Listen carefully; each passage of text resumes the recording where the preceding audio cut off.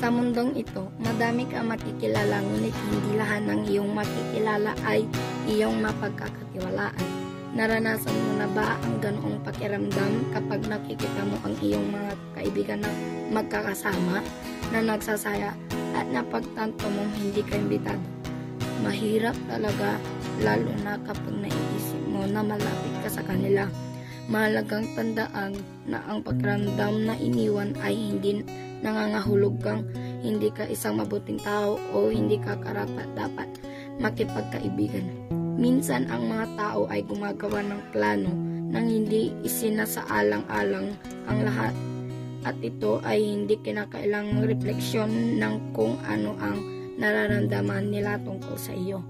Ngunit mahalaga din na ipaalam ang iyong nararamdaman, makipag-ugnayan sa iyong mga kaibigan at ipaalam sa kanila kung ano nararamdaman mo.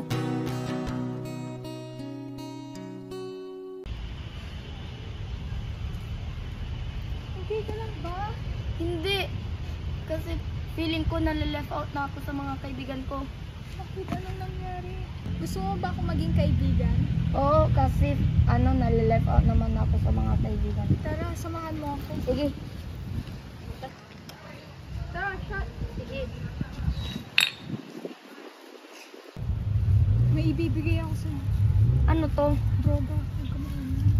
Ayoko to. Try mo lang.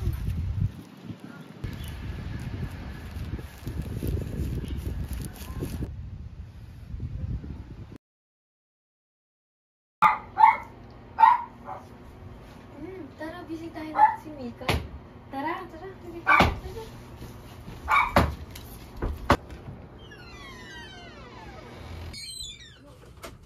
Mika, ano to? Mika, anong nangyayari sa'yo? Ito mo sa mukha mo, ba't ka nag-droga? Kasalanan niyo to. Mika, Ano nangyayari sa'yo? Hindi ka na ginagawa mo kung may problema ka man. Dapat sinasabi mo sa amin, hindi ang kung ano na ginagawa mo sa sarili mo. Patawarin mo kami, Mika. Sabay-sabay nating baguhin. Sino? Sino nagturo sa'yo neto? Sino? Sabihin mo na. Si Ella. Simula nung nawala kayo, siya ang naging kaibigan ko. Simula nung iniwan niyo ako sa ere. Patawarin mo kami, Mika. Hindi ka na namin iiwan. Pasensya na rin kayo sa mga ginawa ko. Pasensya na. Tara, samahan niyo ako magbago. Tara!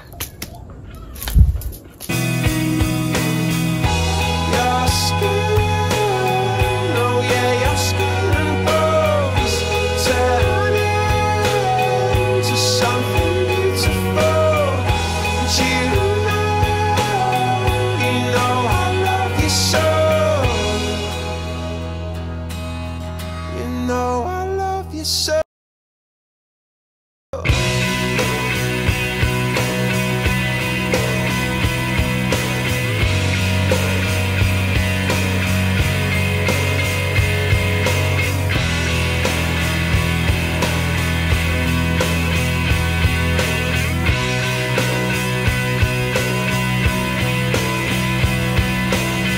I swam across, I jumped across for you. Oh, what a thing to do.